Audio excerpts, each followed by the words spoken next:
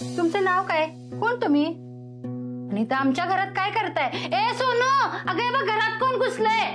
सोनू लवकर ये, लवकर ये. अगो हे बघ घरात कोण घुसलंय बघ आपल्या. आजी, मीच बोलवलंय त्यांना. डॉक्टर अंकल आहेत ते देव माणूस. आपल्या जमिनीच्या कामासाठी मदत करतायत ना, तेच आहेत ते.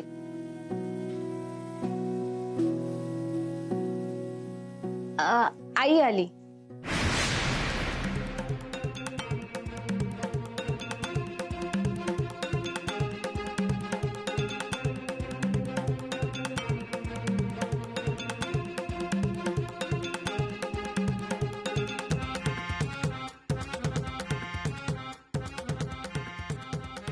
ही माझी आई.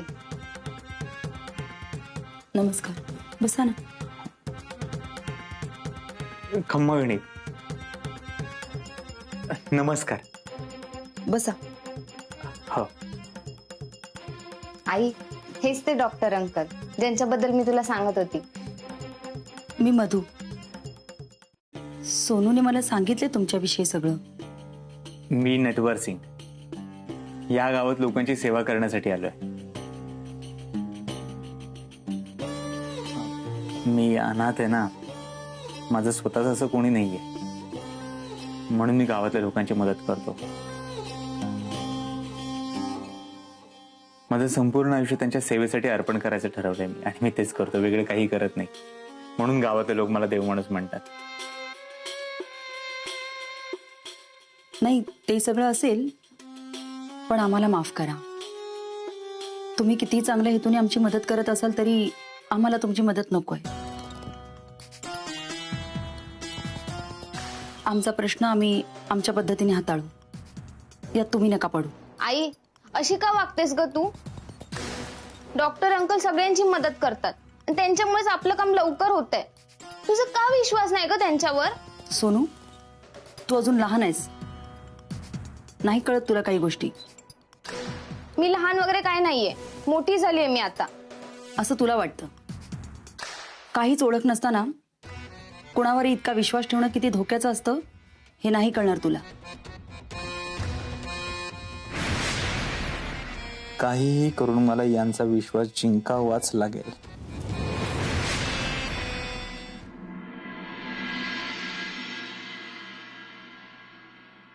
काय रवीनाताई, लय महिन्यात ना आलात. मी केलेलं मेकअप घ्यायला नाही वाटतं अजून. झंकचक. काय बोलू नकोस त्या मेकअपचं. अगं इथनं मेकअप करून घरी गेली तर माझ्या सासून मला उकेड्यावर खत भरायला पाठवल्या. सगळा मेकअप निघून गेला बघ. आव मग यायचं ना परत फेशियलला. त्याला पैसा लागते ती. आणि आम्हाला नाही बाया परवडत असं सारखं सारखं तोंडावर पैसा खर्च करायला. असा नट्टापट्टा करायला पैसा खर्च करायची हिंमत नाही होत बघ माझी. आव मग त्यात काय एवढं, यायचं तसंच. दिलं असतं मी फुकटात करून, आणि त्याच्या बदल्यात तुम्ही तुमच्या मळ्यातली भाजी दिली असतं तरी चाललं असतं मला. झंकचक. मी तसंच करते सगळ्यांना. अगं ये हळू बोल की, टिंपे ऐकल. त्यांचं नसतं लक्ष. अगं पण आता मला नाही तुला भाजी बिजी द्यायला लागणार बघ. मी ना तुला सरळ पैसाच देईन बघ. आता आमचं सगळं चांगलं चाललंय. तुला ते नामा भाऊजी माहित आहेत का? अरे ते मोठ्या केसांच्या आणि लांबड्या दातांचे बघ. ते माहिती नमुना. हा अगं ते जेव्हापासून पैसा डबल करून द्यायला लागल्यात ना, तेव्हापासून हातात पैसा राहायला लागलाय. म्हणून म्हणलं चला जरा स्वतःवर पैसा खर्च करूया. हे बरं केलं बघा. आता बघा एकदम कसं झुंकचुक लुक करते का नाही तुमचं. हा कर कर, असा कर की डिंपीच्या लग्नापोतर उतरलाच नाही पाहिजे. काय डिंपे, कधी करतेस लग्न? आता तुम्हीच राहिलं होतं विचारायचं. गप काम करा जावं नाहीत ना. कशाला ग एवढी भडकतेस? मी आपलं असंच विचारलं. आणि किती दिवस अशीच राहणार आहेस? अगं लवकर लग्न झालेलं चांगलं असतं. या आधार असतोय आपल्या माणसाचा. मला कोणाच्या आधाराची गरज नाही. एकदाचा मी पैसा कमवला ना, एकटीच इथनं लवकर पळून जाणार आहे. काय बडबडते अगं? ही डॉक्टर त्या सोनालीच्या घरी गेले. ती आलं कसं नाहीत अजून? काय करत असतील तिकडं?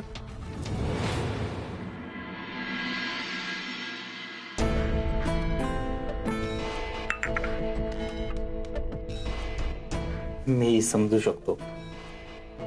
कुठल्याही फायद्याशिवाय, आर्थिक हेतूशिवाय मी तुमची मदत करायला तयार झालोय. याच्यामुळे तुमच्या मनात जरा भीती निर्माण झाली असेल. परत तुम्हाला कोणी फसवणार तर नाही ना, असं काहीतरी वाटत असेल. नाही, साहजिकच आहे. तुमच्या घरात कोणी कर्ता पुरुष नाहीये ना, त्यामुळे विश्वास ठेवणं जरा अवघड जात असेल. मी समजू शकतो. मी जरी तुमच्या ठिकाणी असतो तर मी सुद्धा हेच वागलो असतो. काय तुम्ही ह्या गावात नवीन दिसताय म्हणून तुम्ही मला नीट ओळखत नाहीये. हो, आम्ही आत्ताच गेल्या वर्षीच आलो. त्यामुळेच तुम्ही गावात कोणालाही विचारा माझ्याविषयी, कोणीही सांगेल. मी खरंच मनापासून सांगतो, मी सगळं ठीक करेन. हा, त्यासाठी थोडेफार पैसे खर्च करावे लागतील तुम्हाला. खरं तर हे पैसे वगैरे देणं मलाच पटत नाहीये. पण तुमची केस वेगळी आहे, त्यामुळे माझ्या मनाच्या विरुद्ध जाऊन मला हे सगळं करावं लागतंय. तुमच्याकडे पैसे नसतील तर ठीक आहे, मी माझ्याकडचं देतो, मला नंतर द्या. फक्त एकच विनंती आहे, तुमची एवढी करोडोंची जमीन कवडी मोल किमतीने विकू नका प्लीज. माफ करा, पण मी नेहमीच माझ्या मनाचं ऐकते आणि माझं मन मला तुमची मदत घेण्याची परवानगी नाही देत आहे. आई, तुला कळतंय का तू काय बोलतेस ते? सोनाली, आई आहे ना तुझी, ती त्या काहीतरी विचार करूनच बोलत असतील. पण त्याचा आदर ठेवला पाहिजे. तर ठीक आहे, मी येतो. काही मदत लागली तर मला सांगा. अच्छा, येतो. तुम्ही कोण? आजी, मी सांगते नंतर तुला. येतो.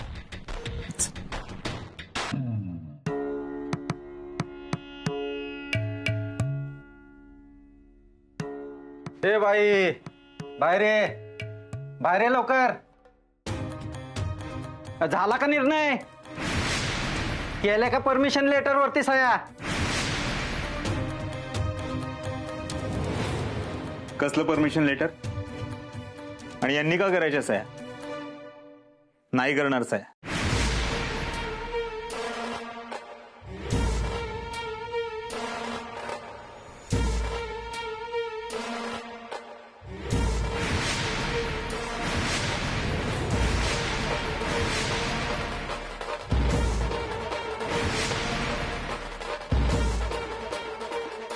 या शाण्याला आणलाय होय मला लढायला? अयो, घाबरलो. चल मारल येऊ आपल्याला, चल पळून जाऊ.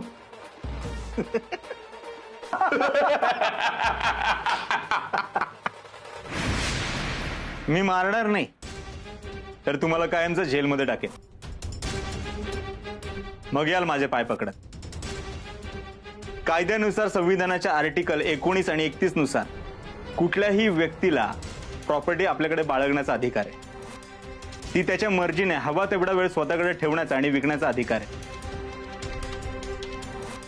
हे तुमच्यासारखे लोक येतात आणि हव्या त्या किमतीमध्ये प्रॉपर्टी मागण्याचा जो विचार करतात ना, त्यामुळे त्यांना जेल होऊ शकते. हा कायद्याची आणि पोलिसांची धमकी द्यायला लागलाय. त्या सगळ्यांना आम्ही खिशात घेऊन फिरतो. कुठं? खिशात. कळलं ना?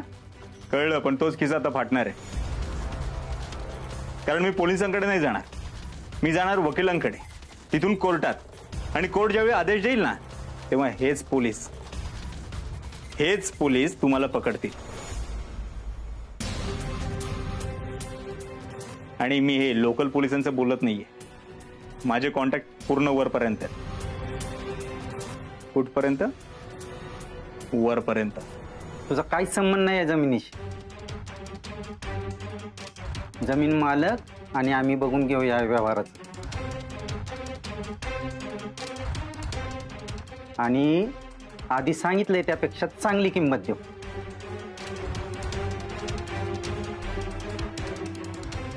चांगली किंमत हे तुम्ही ठरवणार आहात का? बाजारभावात जी किंमत चालली ती द्यावी लागेल, नाहीतर. हो थांबा, फोन बिन लावू नका कोणाला. मी बोलतो साहेबांशी.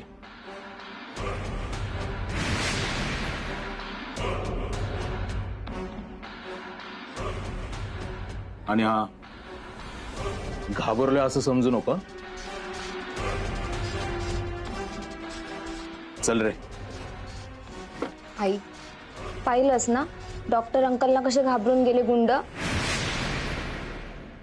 तुझाच विश्वास नाही त्यांच्यावर. काळजी करू नका. जरी तुम्ही माझी मदत घेण्यास नकार दिला असेल तरी अशा लोकांचा सामना करण्यासाठी मी कायम तुमच्या सोबत असेल. काळजी घ्या.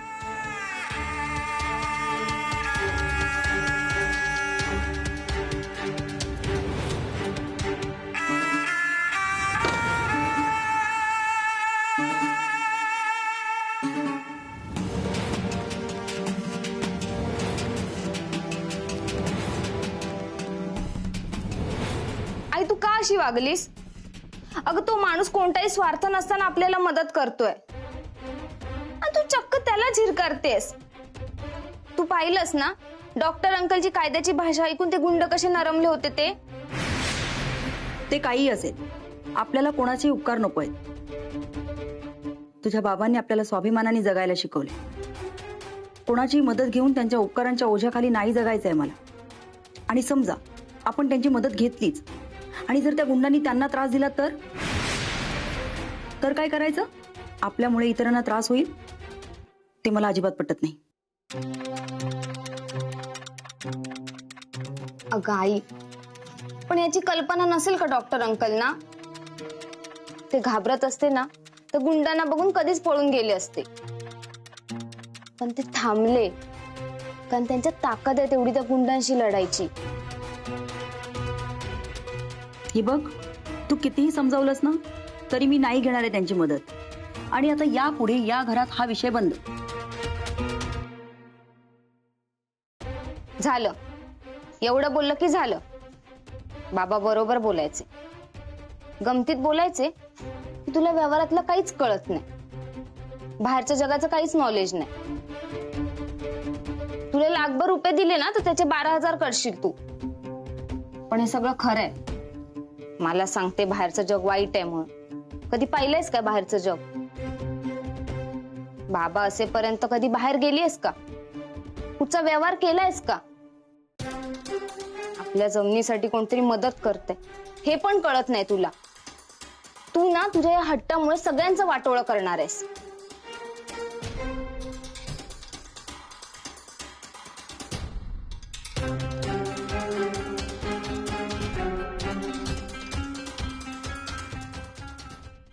मला नाही वाटत यांचा हट्ट फार दिवस टिकेल आणि मी तो टिकून देणारही नाही, कारण मी यांच्यापेक्षाही जास्त हट्टी आहे. मला एखादी गोष्ट आवडली की काहीही करून मी ती मिळवतोच. आता मला या दोघी पण आवडल्यात.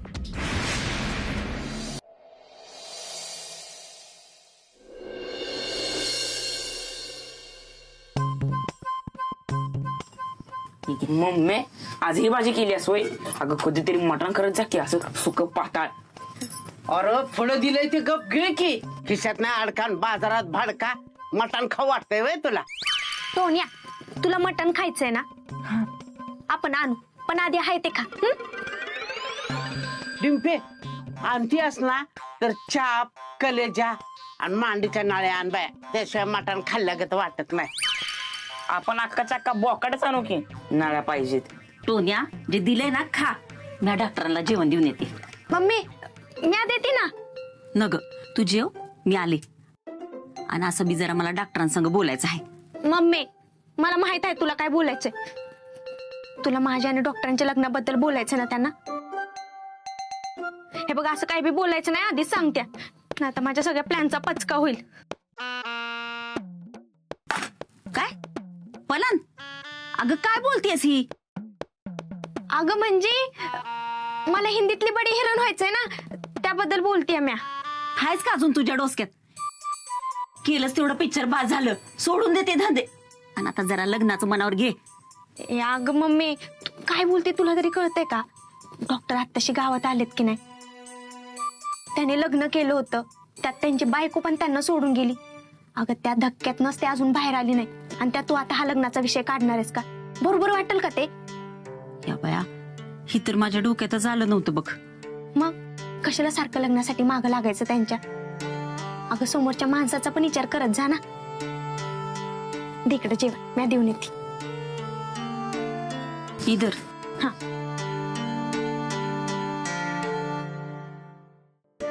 हिला डॉक्टरांची काळजी आहे बघून लई बरं वाटतंय. लग्नाचं काय म्हणा, आज न उद्या होईलच किती. आणि असं पण डॉक्टरांनी डिंपलचं लगीन लावल्याशिवाय मी काय गप बसणार नाही. मम्मी, तुम्हाला जर एवढंच लग्न करूसं वाटतंय ना, तर माझं लग्न करून टाका. मी आहे तयार. तुम्ही पोरगी बघायला सुरुवात करा, मला चालेल. आला मोठा लगीन करणारा धुवायला येतं का? कामाना धामाचा आणि भाकरी खातोय नियमाचा. ए मंगले, अगं जरा आधार वाढ की, दिसतंय का नाही तुला? आणि हे बघ, खबरदार, जर का त्या डिंपलचं आणि त्या बाय भलव्याच्या लग्नाचा विचार जर केला तर माझ्याशी गाठ आहे बघ. ती किरडी मोडली त्याच्या पालखीचा निघाला धूर, त्याला उठला फोड, त्याला भरली रागात कधी, त्याच्या नॉनसेन्स वर पाडला दरोडा बाय भलव्या.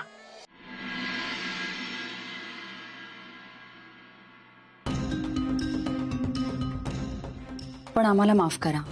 तुम्ही किती चांगल्या हेतूने आमची मदत करत असाल तरी आम्हाला तुमची मदत नकोय. आमचा प्रश्न आम्ही आमच्या पद्धतीने हाताळू. पण मी नेहमीच माझ्या मनाचं ऐकते आणि माझं मन मला तुमची मदत घेण्याची परवानगी नाही देत आहे. तुला लाखभर रुपये दिले ना तर त्याचे 12,000 करशील तू. पण हे सगळं खरं आहे. मला सांगते बाहेरचं जग वाईट आहे म्हणून. कधी पाहिलंयस काय बाहेरचं जग? आपल्या जमिनीसाठी कोणतरी मदत करते हे पण कळत नाही तुला. तू ना तुझ्या या हट्टामुळे सगळ्यांचं वाटोळं करणार आहेस. हे सोनालीची आई साधं प्रकरण नाहीये. तिला जाळ्यात ओढणं खूप अवघड आहे. मलाच असं काहीतरी केलं पाहिजे की तिला माझ्या मदतीची गरज लागेल. पण काय करू? डॉक्टर, गरमागरम खाऊन घ्या म्हणजे डोकं चालेल. डॉक्टर, त्या सोनालीच्या घरी काय झालं सांगा ना. अहो किती उशीर लावला तुम्ही घरी यायला. असं काय झालं होतं? हा, तुला काय करायचं त्याच्याशी? तू तुझ्या कामाशी काम ठेव. ओ, मी ना माझ्या कामाशी कामच ठेवत्या. तुम्ही विसरला का मी तुमची पार्टनर आहे? हे बघा डॉक्टर, तुम्ही जर मला सांगितलं नाही ना तर गुंडांची जी माहिती काढली ना ती पण मी तुम्हाला सांगणार नाही. काय म्हणजे तुला कळलं तर त्या सोनालीच्या जमिनीच्या मागे कोण आहे? मग डिंपल को सिंपल नाही समजणे का डॉक्टर? डिंपल तिची कामं पूर्ण चोखपणे करत असते. सगळी माहिती काढली आम्ही. छान काम केलंस. अशी मला माहितीची गरज होतीच. तिच्या घरून मला काही माहिती मिळाली नाही. तिच्या आईने माझी मदत घ्यायला नकार दिलाय.